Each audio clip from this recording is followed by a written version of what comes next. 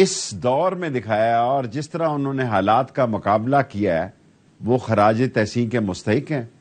وہ قوم کی آواز بنے. ARY نیٹ ورک کی 22ویں سالگرہ. خیبر پختونخوا کے وزیر اعلیٰ محمود خان کی دل کی گہرائیوں کے ساتھ مبارکباد. ان کا کہنا تھا کہ بہترین نشریات فراہم کرنے پر ARY نیٹ ورک کے مالک سلمان اقبال کو مبارکباد پیش کرتا ہوں.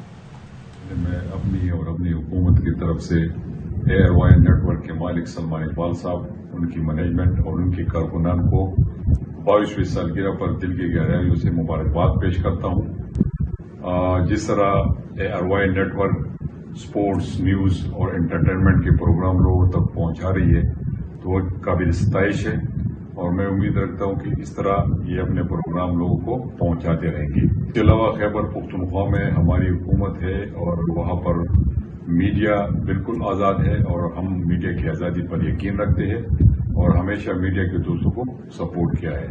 میں آخر میں ایک دفعہ پھر ان کو مبارکباد پیش کرنا چاہوں گا, اور یہ امید رکھوں گا ان سے کہ جس طرح وہ کام کرے پاکستان کے لیے, جمہوریت کے لیے, یہ مستقبل میں یہ جاری رکھیں گے. وزیر اعظم شہباز شریف نے سمرقند دورے کے دوران ترک صدر رجب طیب اردوان سے ملاقات کی. روس سے پائپ لائن کے ذریعے پاکستان کو گیس کی فراہمی کے منصوبے پر کام کرنے پر ترکیہ اور پاکستان میں اتفاق ہو گیا. سمرقند میں شنگھائی تعاون تنظیم کے سربراہان کا اجلاس شروع ہو گیا. کانگریس سینٹر پہنچنے پر ازبک صدر نے وزیر اعظم شہباز شریف کا استقبال کیا. اجلاس سے پہلے سربراہان مملکت نے گروپ فوٹو بھی بنوائی. بند کمرے اجلاس کی صدارت ازبک صدر کر رہے ہیں. چینی اور روسی صدر سمیت بھارتی وزیر اعظم بھی شامل ہیں. سمرقند میں روسی صدر اور چینی صدر کے ساتھ کامیاب مذاکرات. وفاقی وزیر خواجہ آصف اپنے ٹویٹ میں لکھتے ہیں کہ دونوں نے شہباز شریف کو سرکاری طور پر اپنے اپنے ملک دورے کی دعوت دی.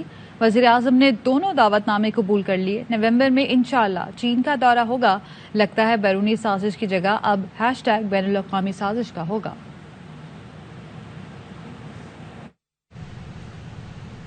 اٹیاری میں سیلاب متاثرہ خواتین کا راشن نہ ملنے پر احتجاج. اسسٹنٹ کمشنر آفس کے سامنے دھرنا دے دیا. خواتین کو شکوہ ہے کہ بچے بھوکے بیٹھے ہیں لیکن راشن نہیں دیا جا رہا. فریاد لے کر کہاں جائیں, کوئی سننے والا نہیں. باہر روڈن تے کھانی بیٹھا ہے. نکو کو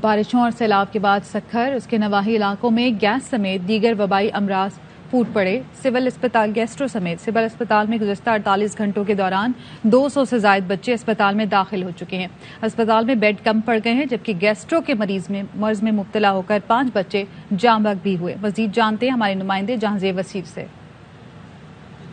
اور سیلاب کے بعد سکھر کے گردونا کے علاقوں میں مختلف وبائی امراض جو ہیں وہ پھوٹ پڑے ہیں, جس میں گیسٹرو ہے, ملیریا ہے, جو دیگر امراض ہیں اس کی تعداد میں دن بدن اضافہ ہوتا جا رہا ہے. اس وقت میں موجود ہوں سکھر سول اسپتال میں, جہاں 48 گھنٹوں کے دوران 200 سے زائد بچوں کو یہاں پر لایا گیا ہے. بچے اس وقت پیڈس وارڈ میں زیر علاج ہیں, لیکن حالات یہاں پر بہت برے ہو چکے ہیں. ایک بیڈ پر 3 سے 4 بچے موجود ہیں, بیڈ کم پڑ گئے ہیں, جبکہ گیسٹرو کے مرض میں مبتلا ہو کر سکھر سول اسپتال میں 5 سے زائد جو بچے ہیں اپنی جان کی بازی ہار بھی چکے ہیں. اس حوالے سے جب ہماری سکھر سول اسپتال انتظامیہ سے بات ہوئی تو ان کا کہنا یہ تھا کہ جب سے سیلاب متاثرین نے سکھر کا رخ کیا ہے تب سے ان کے اسپتال میں دباؤ بڑھ گیا اور بیڈ کم پڑ گئے ہیں. حکومت کی جانب سے اب تک کوئی بھی اقدامات نہیں کیے گئے, جس کی وجہ سے سکھر سول اسپتال میں حالات دن بدن بگڑتے جا رہے ہیں. جی. حضرت داتا گنج بخش علی حجویری کے 979ویں عرس کی دوسرے روز کی تقریبات جاری ہیں. مزید بتا رہے ہیں ہمارے نمائندے نذیر بھٹی. ہم یہاں پر جو ہے جوئی کا تحصیل ہے وہاں پر چھنڈن موڑی کے مقام پر آپ کو بتائیں کہ حضرت داتا گنج بخش علی حجویری کے 979ویں عرس کی دوسرے روز کی تقریبات جاری ہیں اور اس حوالے سے زائرین کی آمد کا سلسلہ بھی وہاں پر جاری ہے. علی حجویری المعروف داتا گنج بخش کے 979ویں عرس کے آج دوسرا دن ہے. عقیدت مند جو ہے وہ چوک در چوک یہاں آ رہے ہیں. ان کے سیکورٹی کا سخت انتظام ہے. ان کو مختلف مقامات پر جو ہے وہ چیکنگ کے بعد دربار کے اندر جو ہے وہ جانے کی اجازت دی جاتی ہے. دربار کے اندر لوگ اپنی منتیں مرادیں جو ہے وہ مانتے ہیں, حاضری دیتے ہیں, درود شریف جو ہے وہ پڑھتے ہیں. پیر صاحبان اور گدی نشین صاحبان جو ہے وہ اپنے مریدوں کے ہمراہ ٹولیوں کی شکل میں یہاں آتے ہیں اور حاضری دیتے ہیں. آپ کو بتاتا چلوں کہ یہ عرس جو ہے وہ آ چکے اس کا دوسرا دن ہے. کل آخری اور تیسرا روز ہوگا جس میں کہ دربار شریف پر رات گئے اختتامی دعا کے ساتھ عرس اختتام پذیر ہوگا. جی اس کے ساتھ ہی نیوز بلیٹن سے فی الوقت اتنا ہی. دیکھتے رہیے ARY.